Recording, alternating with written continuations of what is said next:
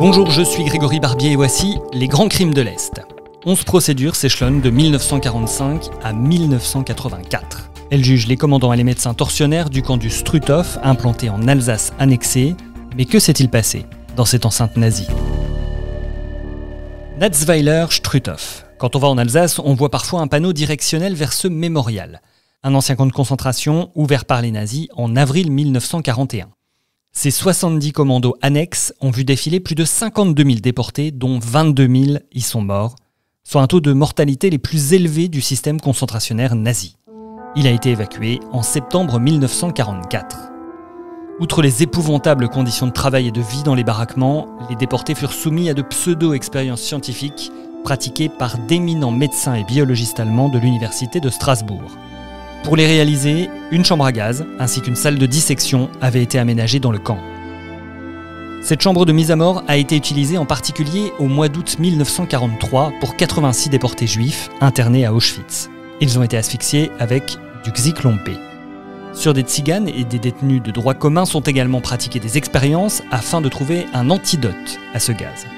Fin 1942, début 1943, les médecins du camp soumettent également à des détenus allemands une sorte de gaz moutarde. Les docteurs Rod, Hirt, Brickenbach, Hagen et Ruhl, entre autres, injectent aussi la lèpre, la peste et d'autres maladies à des déportés afin d'observer les processus de contamination et essayer de nouveaux traitements. Lorsque les cobayes humains ne sont pas morts à l'issue de ces essais, ils sont abattus et incinérés.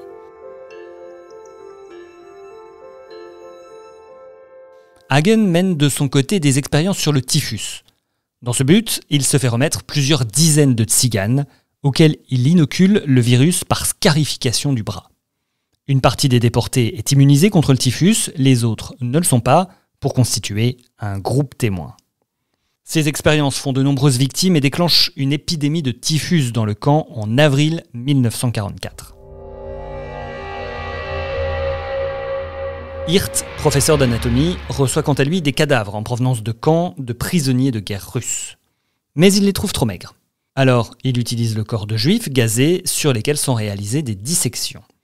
Des cadavres mutilés seront retrouvés par les Alliés lors de la libération du camp, en novembre 1944. Les nazis avaient en fait quitté les lieux 2 mois plus tôt, emmenant avec eux les déportés vers l'Allemagne. Un grand nombre d'internés mourront encore au cours de ces marches de la mort qui se prolongeront jusqu'au printemps 1945. Ironie de l'histoire, le camp a hébergé à l'automne 1944 des miliciens français fuyant vers l'Allemagne, puis, la guerre terminée, il a servi de centre de détention provisoire pour un certain nombre de collaborateurs français qui avaient été condamnés.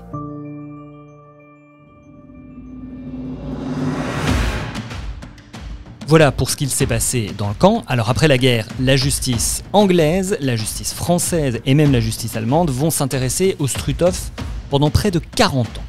Joseph Kramer, le principal commandant du camp, est arrêté le 17 avril 1945 à Bergen-Belsen. Son procès se tient 5 mois plus tard, jour pour jour, à Lüneburg, en zone d'occupation militaire britannique. Condamné à mort, il est pendu. Une deuxième procédure aboutit en mai 1946. Plusieurs officiers, médecins, membres de la Gestapo comparaissent à Wuppertal, en Allemagne. Ils sont accusés d'avoir assassiné 4 femmes agents du SOE, le service de renseignement militaire britannique. À l'issue de l'audience, Argenstein, qui commandait le camp au moment des faits, est condamné à mort, mais la décision n'est pas définitive. Le médecin SS du camp, Rod, est condamné à mort et exécuté en octobre, tandis que Wörner, l'ancien responsable de la Gestapo, est condamné lui à 10 ans de prison. À Rastatt, en zone française cette fois, le tribunal juge les 2 derniers commandants du Struthof, Argenstein à nouveau, et Schwarz, ainsi que les responsables SS des camps annexes. Les 2 commandants sont condamnés à mort, mais seul Schwarz est exécuté immédiatement. 19 autres SS sont aussi condamnés à mort. Vient ensuite le tour des médecins du camp. Le 21 août 1947, un premier procès s'ouvre à Nuremberg. 16 accusés sont condamnés à mort, dont Brandt et Sievers, les supérieurs hiérarchiques de médecins ayant réalisé des expériences. Ils sont exécutés. Bickenbach et Hagen, incarcérés en France, comparaissent une première fois en décembre 1952 devant le tribunal militaire basé à Metz. Ils sont condamnés aux travaux forcés à perpétuité, mais le jugement est cassé. Bickenbach et Hagen n'écopent alors plus que de 20 ans de travaux forcés. Et grâce à l'amnistie, tous les deux sont libérés l'année suivante. Ils retournent en Allemagne. Hirt, quant à lui, sera condamné à mort par contumace. Il ne sera jamais retrouvé. Les autorités judiciaires pensent qu'il aurait pu se suicider en forêt noire en juin 1945. Voilà, ça c'est déjà une longue liste de procès, mais ça ne s'arrête pas là. Le tribunal militaire de Metz est appelé à statuer à nouveau sur le cas de plusieurs responsables SS du camp pour des crimes commis sur le sol français.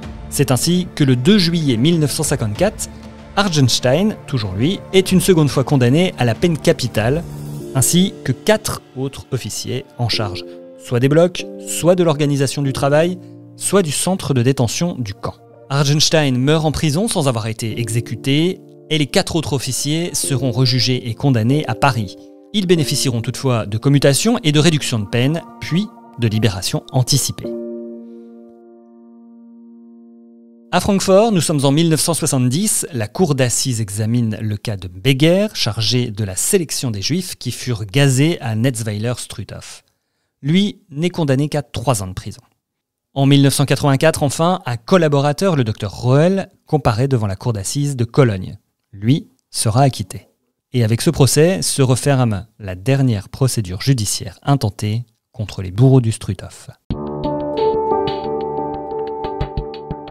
C'était les grands crimes de l'Est avec les procès du Struthof, un texte écrit par François Moulin.